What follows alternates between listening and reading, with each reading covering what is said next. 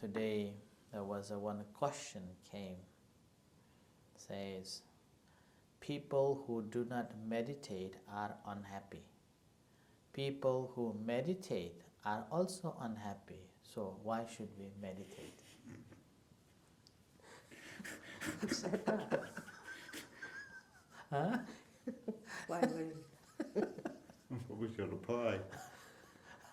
I haven't replied. Huh? Isn't it a good keep question? practicing? Huh? People who do not meditate are unhappy. People who meditate are also unhappy. So why should we meditate? Why worry? Why would keep practicing?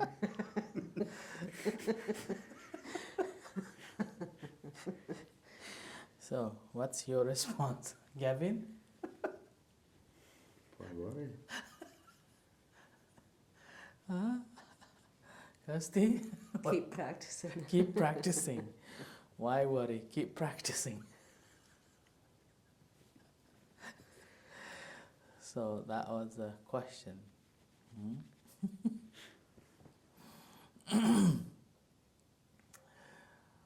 We have to. I think you should reply. Huh? I think you should reply.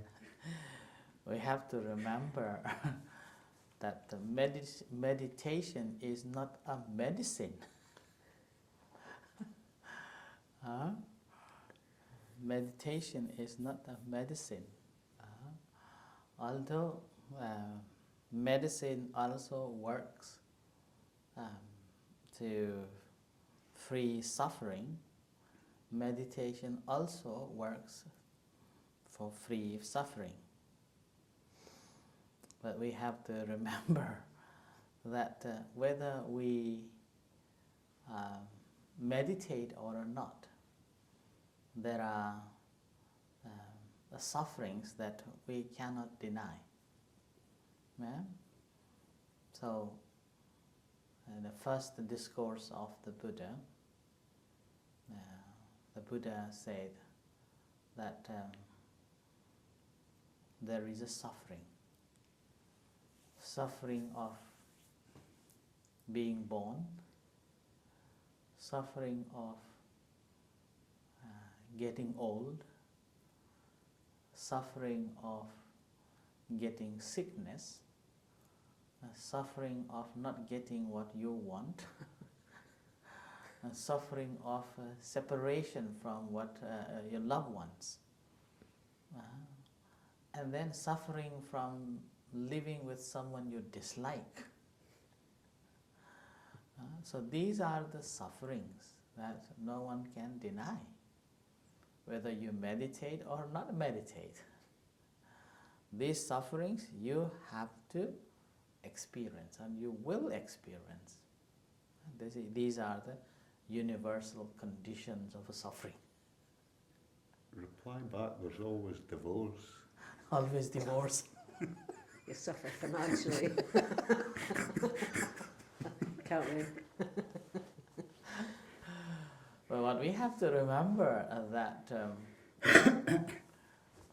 when we were a child, when we see fire, we touch a fire without knowing, and that hurts. And that's terribly hot.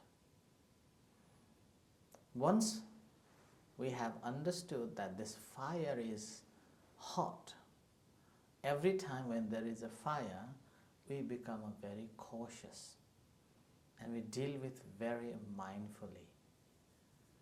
So practice of a meditation is basically knowing how to deal with these problems when it comes. In Nepal, there is a fast food called momo. You know momo? Steam. You will put, nowadays you can find a vegetarian momo as well. So this is a steam dumpling. You put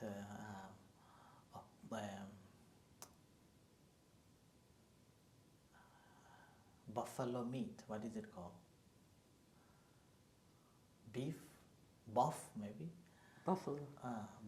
Buffalo meat, minced buffalo meat. You put it there, which is already mixed with other ingredients.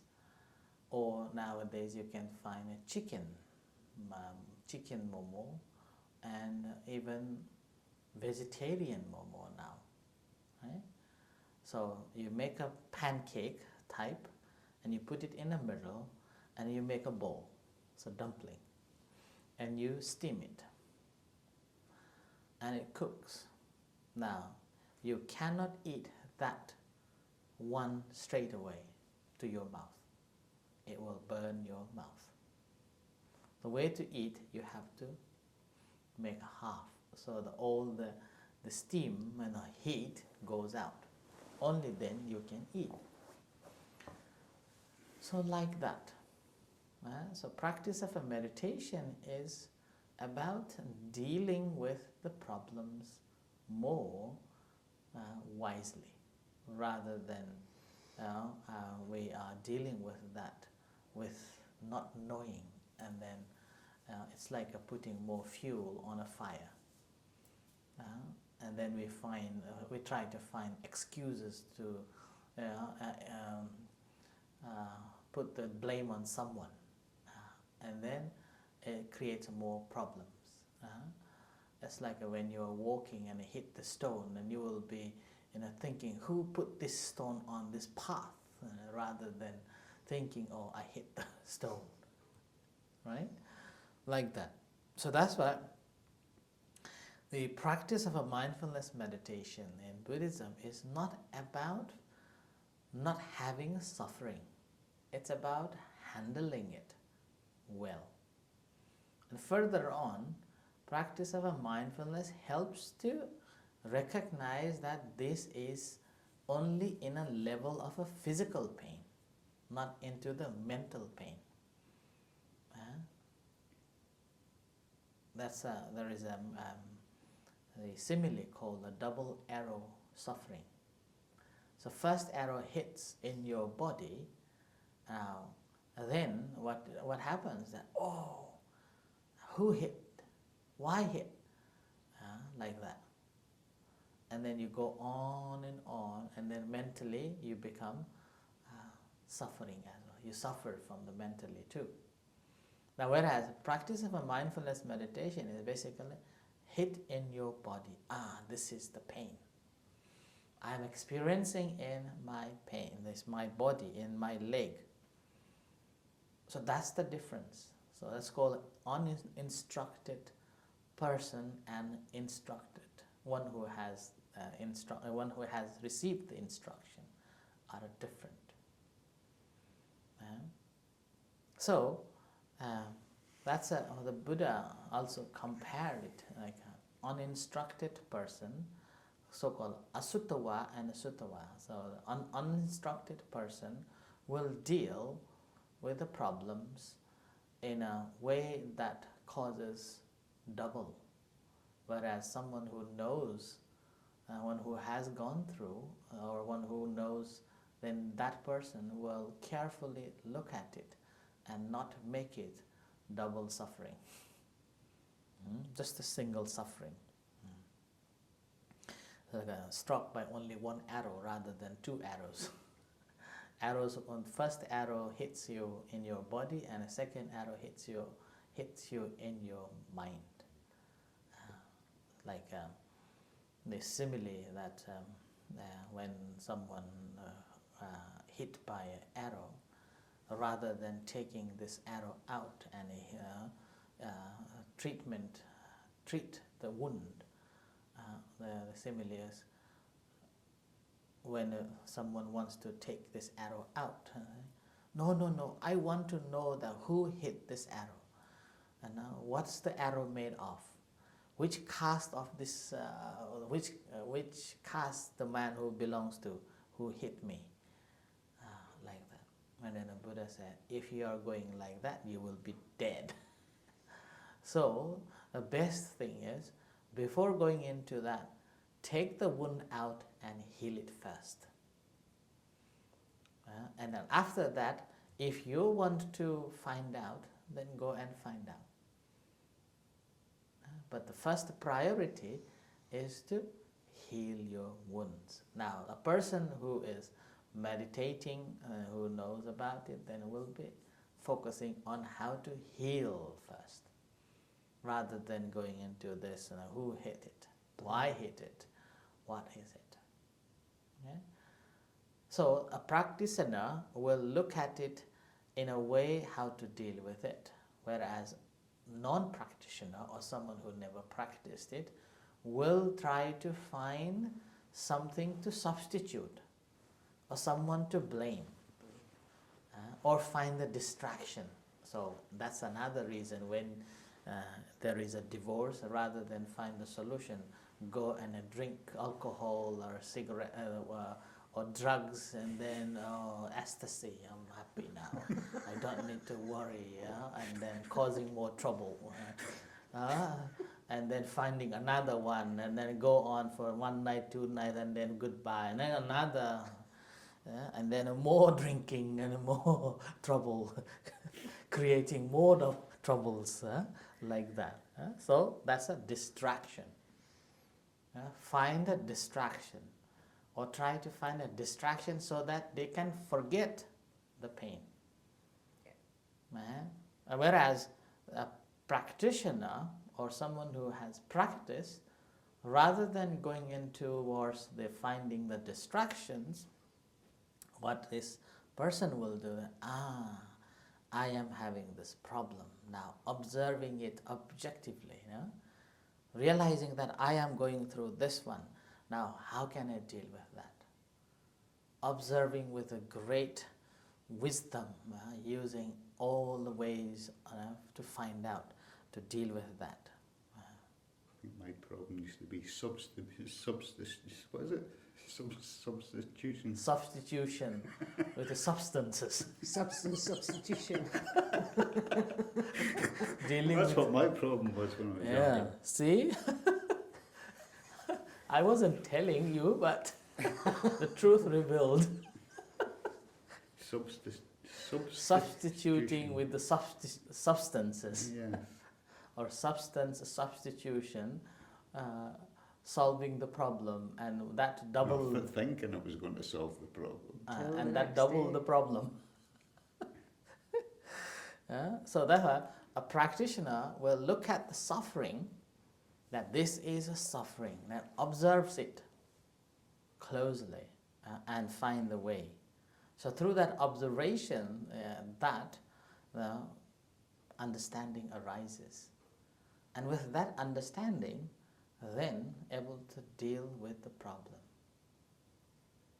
So there is a problem, and it doesn't matter whether you are practicing or not. Only matter of how to deal with that. Ways of dealing is different. And that's exactly Gavin's example. But how do you know when you're at that stage? That's why you have to meditate.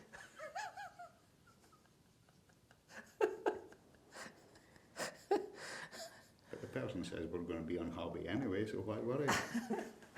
So that's why we have to understand that it's not about meditate to be happy. Is it more about being mindful in your thoughts? It is about meditate to understand that I am unhappy. Yeah. That's the difference. Yeah. If you're looking for meditation to be happy, then you can't find that happiness, because your intention at the beginning is wrong. Yeah. You're looking for something to substitute, which is no difference to get any substances or drink. So it's not about substituting. It's as a meditation is not about finding the happiness, but it is about understanding that why I am unhappy, why I am having suffering. So that's why it is called meditation. Is basically we are creating the causes and conditions so that when these things arises, we won't be unhappy. We won't be suffered, double arrow suffering. Okay? So that's why the entire Buddha's teaching, in fact, if we summed up into a small one sentence, that there is a suffering and you can end that suffering. That's all. The entire Buddha's teachings ends in that way. Simple as that. The problem is we want to have an immediate result, and we don't want to practice. Like recently I saw one this AI generated clip this is in Hindi language.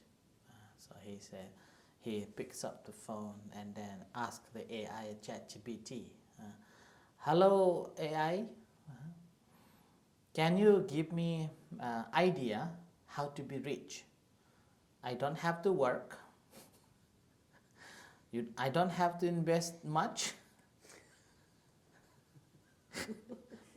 And then Well, I just go home now. And then the AI answered, I am also searching.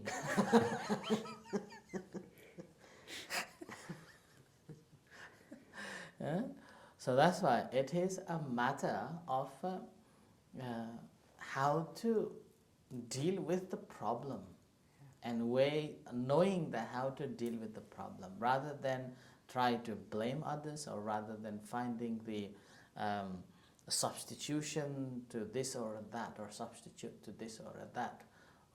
Another way it's like a craving and desire and a distraction. And that state of the mind, one who does not practice will have it whenever the suffering comes. And whereas someone who has practiced, and that person has known that, okay, this is a suffering, then in the meantime we also understand through the practice that this suffering doesn't last long. It's for some time. It's gonna change. And with that mental state, whenever these things come, I know already, here comes. And then dealing with that. Now the way to deal with that, we know through the practice of meditation. Chemical change takes place in our body, our feeling changes, our emotion changes, our behavior changes. In those cases, what we are doing, rather than picking up that person or picking up that story or trying to find the substitution to that something or run away, we are looking at these bodily changes, the chemical changes that are taking place in our body, a feeling that is changing, the emotion that is, we pay attention to that. And with that, what happens? Suffering is there, but the effect of the suffering won't last long. Not only not lasting long, we are also not spreading it out,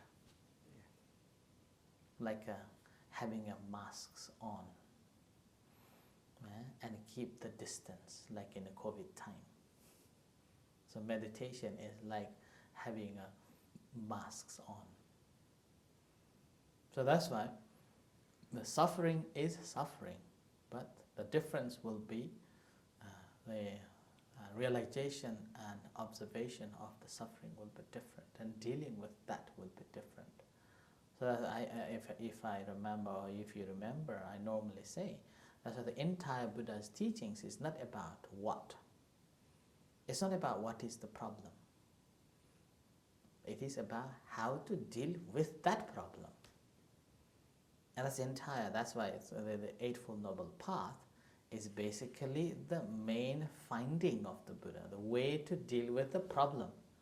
Right? So main teachings of the Buddha, Four Noble Truths. Right? There is a suffering.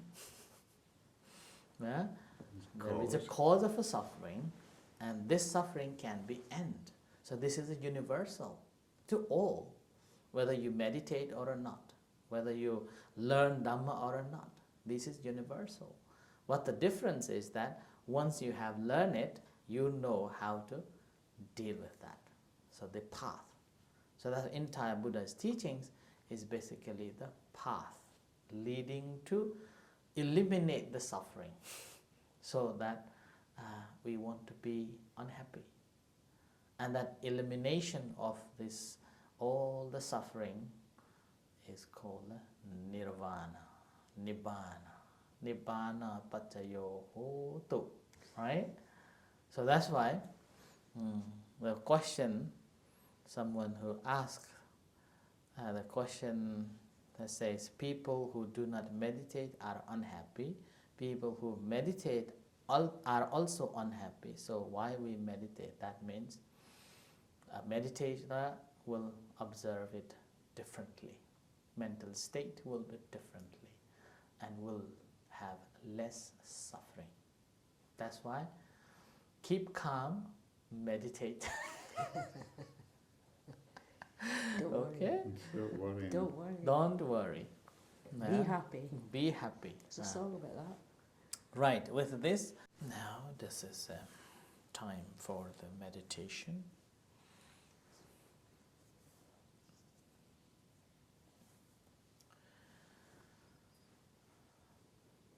While we are meditating, I will also read one passage from this book. But first of all, sitting in a comfortable position, and settle down yourself, both mind and body.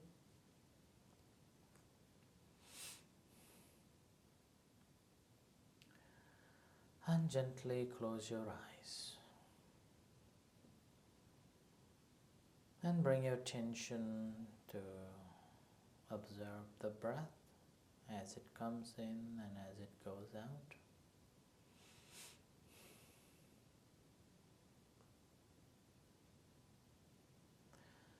As a part of the preliminary practice, we have just finished our chanting, respecting the triple Zem,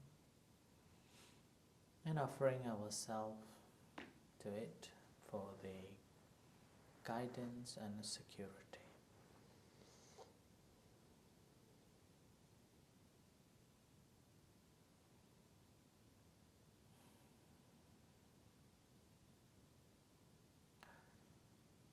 And spend some time observing the breath coming in, going out, experiencing the rising and falling of abdomen.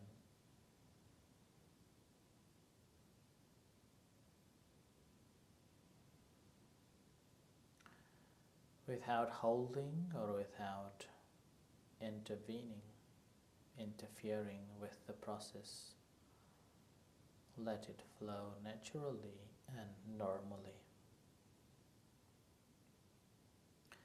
So basically allowing the breath to flow naturally.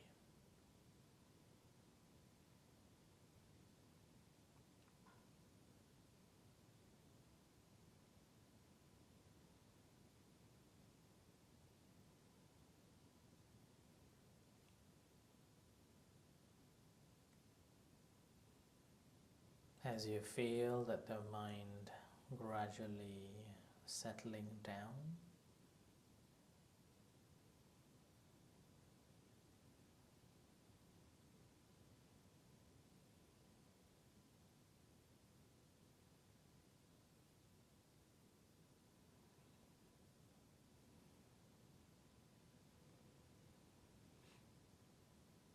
spending more closely to observe what's happening.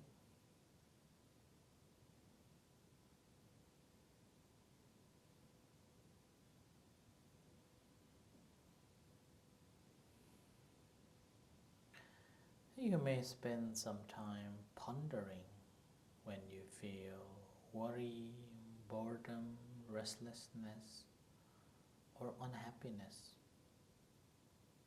Those moments, how did you deal with it?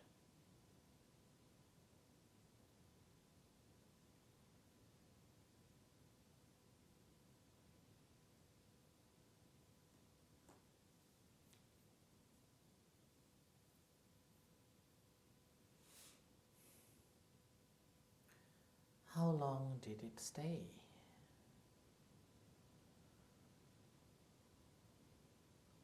When did you feel that changed and disappear, that feeling?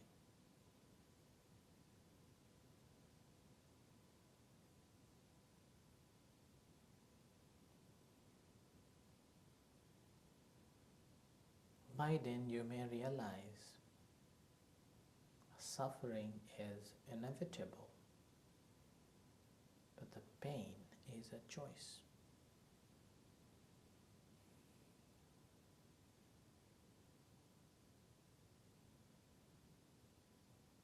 Anything that arises with the conditioned things is subject to change. With that change, suffering comes.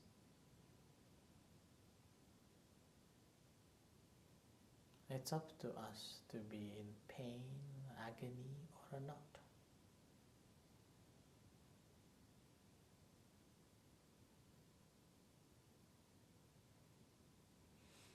So suffering is a universal, but there is no sufferer.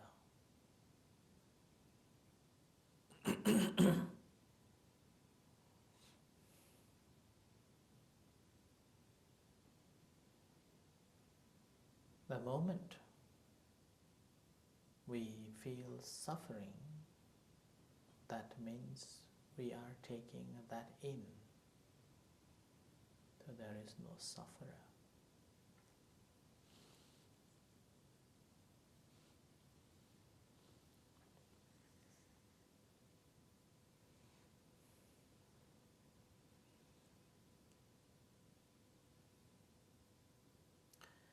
And obviously, we can come back again to the breath, just to be mindful and relax. And in the meantime, you could go back to any incident. That incident you felt very unhappy, sad, whether that is a physical suffering or a mental suffering. Spend some time thinking about it and knowing that this is a changing, this is a nature of a change.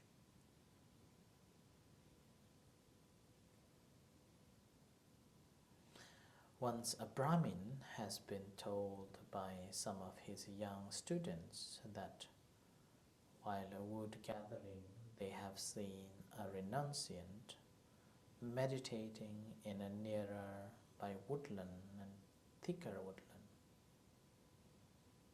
He therefore goes there and addresses the renunciant who happened to be the Buddha.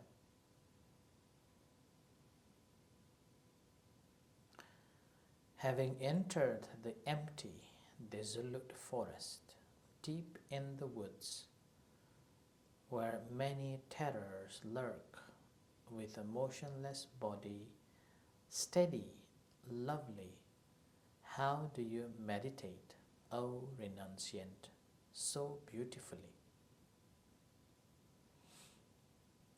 In the forest where no song or a music sounds, or a solitary sage has resorted to the woods, this strikes me as a wonder that you dwell with joyful mind alone in the woods. I suppose you desire the supreme triple heaven, the company of the world's divine Lord. Therefore, you resort to the desolate forest. You practice penance here for attaining the Brahma, the company of the world's divine Lord. In response, the Buddha said, whatever be the many wishes and delights that are always attached to the manifold elements, the longing sprung from the root that is unknowing. All I have demolished along with their root. I have no wishes. I am unattached, disengaged. My vision of all things has been purified. O Brahmin, having attained the auspicious supreme awakening, self-confident, I meditate alone.